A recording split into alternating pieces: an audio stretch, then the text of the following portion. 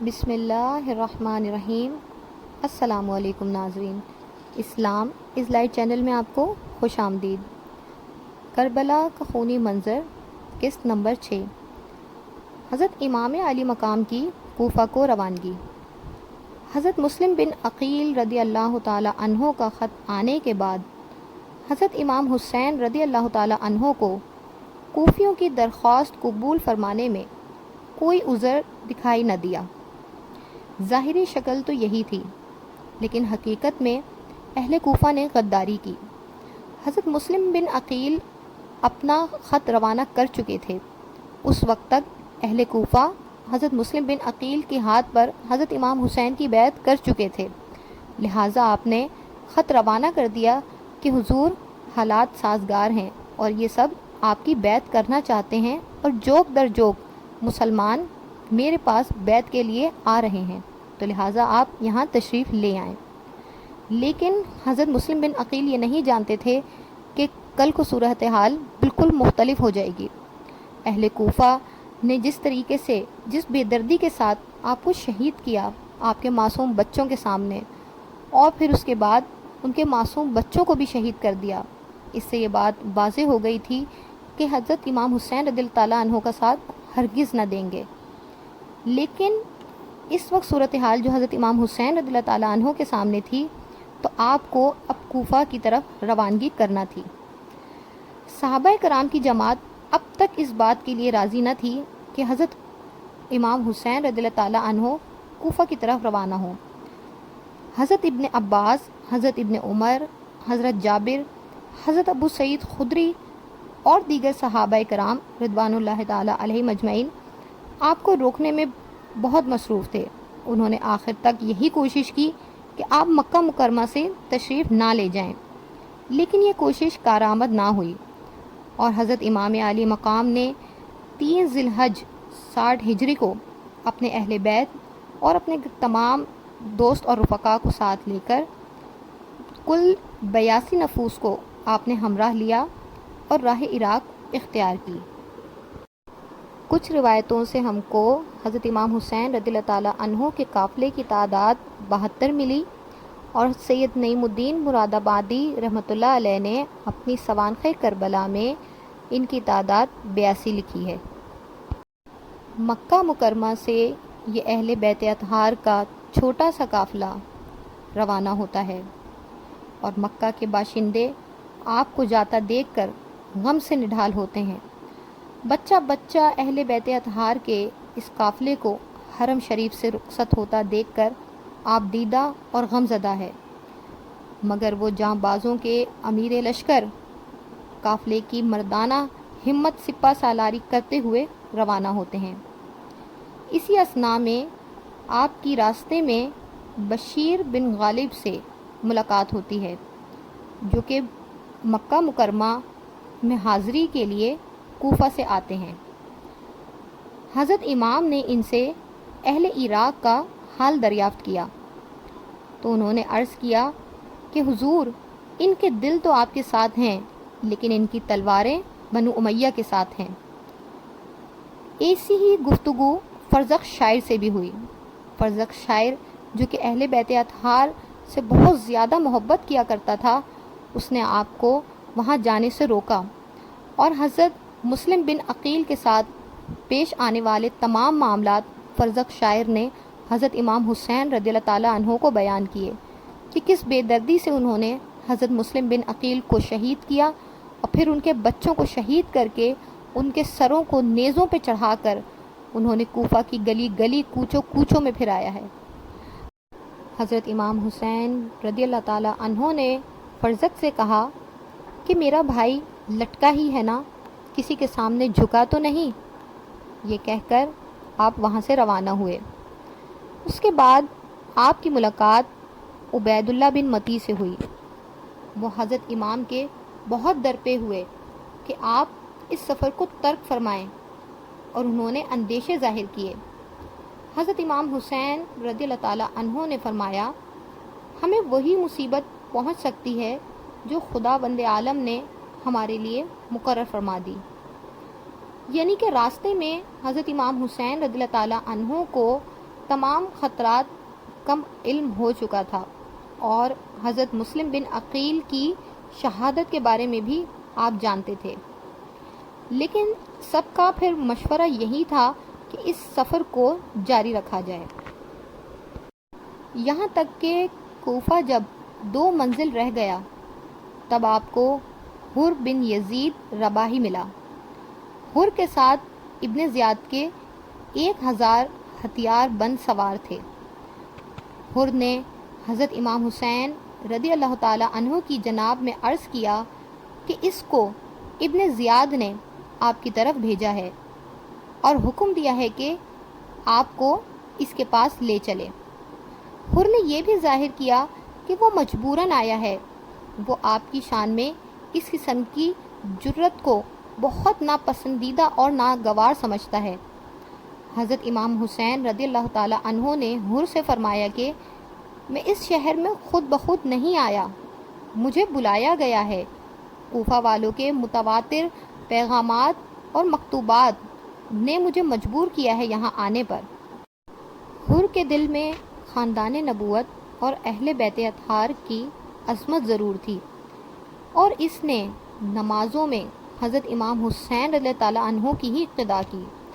نہ صرف ایک بلکہ حر نے 3 نمازیں ظہر، عصر اور مغرب حضرت امام حسین رضی اللہ تعالیٰ عنہ کی اقتدا میں ہی پڑھیں، لیکن وہ ابن زیاد کے حکم سے مجبور تھا۔ اس کو یہ اندیشہ بھی تھا کہ اگر اس نے حضرت امام حسین رضی اللہ تعالیٰ عنہ کے ساتھ کوئی گنجائش کری تو ابن زیاد پر یہ بات ظاہر ہو جائے گی، کیونکہ 1000 کا لشکر ساتھ ہے۔ ایسی صورت میں کسی بات کا چھپایا جانا ممکن نہیں، اور اگر ابن زیاد کو معلوم ہوا کہ حضرت امام حسین رضی اللہ تعالیٰ عنہ کے ساتھ میں نے فراخ دلی دکھائی ہے تو وہ نہایت سختی کے ساتھ پیش آئے گا۔ اس اندیشے اور خیال سے حر اپنی بات پر اڑا رہا، یہاں تک کہ حضرت امام حسین رضی اللہ تعالیٰ عنہ کو کوفہ کی راہ سے ہٹ کر کربلا میں پڑاؤ ڈالنا پڑا۔ حر نے ایک خط روانہ کیا ابن زیاد کی طرف کہ حضرت امام حسین رضی اللہ تعالیٰ عنہ میری بات ماننے کے لیے تیار نہیں ہیں۔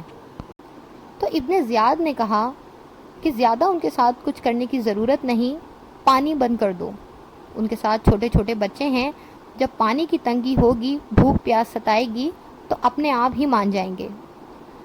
حر کے دل نے اس بات کو گوارا نہ کیا کہ خاندان نبوت کے ساتھ ایسا سلوک کیا جائے۔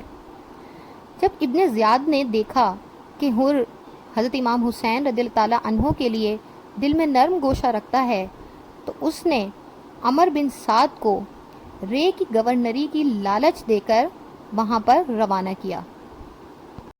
یہ محرم 61 ہجری کی 2 تاریخ کا واقعہ ہے جب حضرت امام حسین رضی اللہ تعالیٰ عنہ نے کربلا میں پڑاؤ ڈالا۔ آپ نے جب اس مقام کا نام دریافت کیا تو آپ کو معلوم ہوا کہ اس جگہ کو کربلا کہتے ہیں۔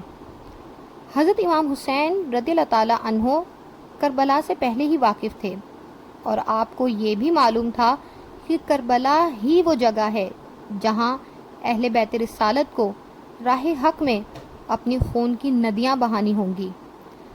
آپ کو انہی دنوں حضور سید عالم صلی اللہ تعالیٰ علیہ وآلہ وسلم کی زیارت نصیب ہوتی ہے، اور آپ نے حضرت امام حسین رضی اللہ تعالیٰ عنہ کو شہادت کی خبر دی، اور آپ کے سینہ مبارک پر اپنا دست اقدس رکھ کر دعا فرمائی، اے اللہ میرے حسین کو صبر عطا کر اور صبر پر اجر عظیم عطا کر۔ کوفہ والوں کی ستم ظریفی تو یہ تھی کہ ابھی حضرت امام حسین رضی اللہ تعالیٰ عنہ خاندان نبوت اپنا ساتھ لے کر تشریف لائے ہی تھے، اور ابھی سکون سے بیٹھے بھی نہ تھے، تھکان دور بھی نہ ہوئی تھی کہ حضرت امام حسین رضی اللہ تعالیٰ عنہ کے پاس ایک خط آتا ہے جس میں یزید ناپاک کی بیعت طلب کی گئی۔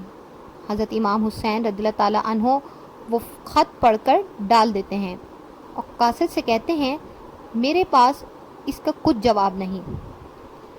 حضرت امام حسین رضی اللہ تعالیٰ عنہ کے اس رویے سے، اس بات سے ابن زیاد اور زیادہ طیش میں آ جاتا ہے اور عمر بن سعد کو خوب عساکر اور افواج دے کر حضرت امام حسین رضی اللہ تعالیٰ عنہ کے مقابلے کے لیے روانہ کرتا ہے۔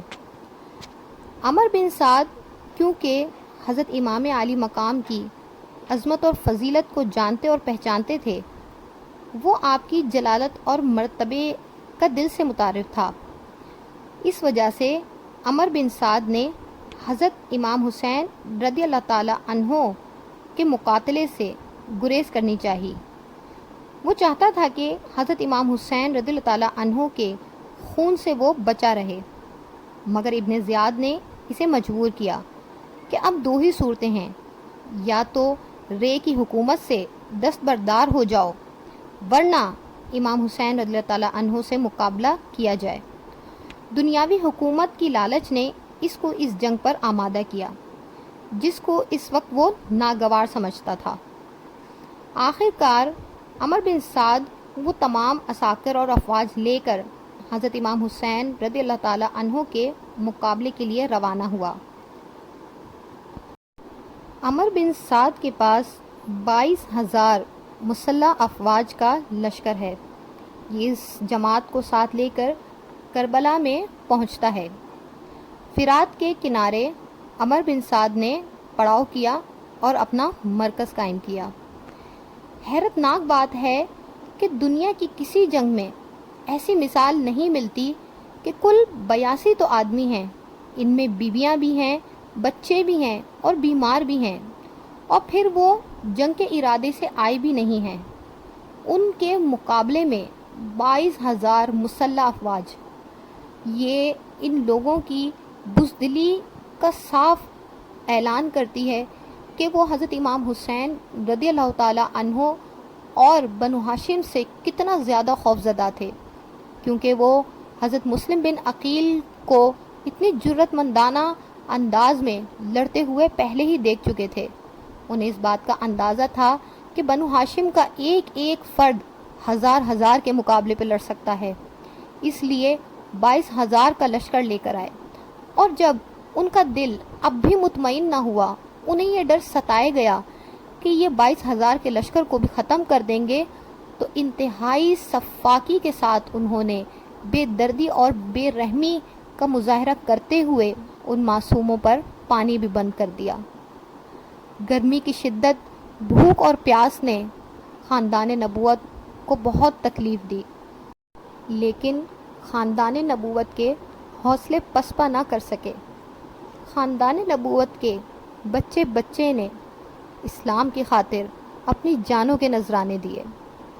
انشاءاللہ اگلی ویڈیو میں ہم آپ سے 10ویں محرم کے دل لرزا دینے والے واقعات بیان کریں گے۔ اگر آپ کو ہماری ویڈیو پسند آئے تو اسے لائک کریں، چینل کو سبسکرائب کریں اور بیل آئیکن کو ضرور پریس کریں۔ جزاک اللہ خیرہ و احسن الجزا۔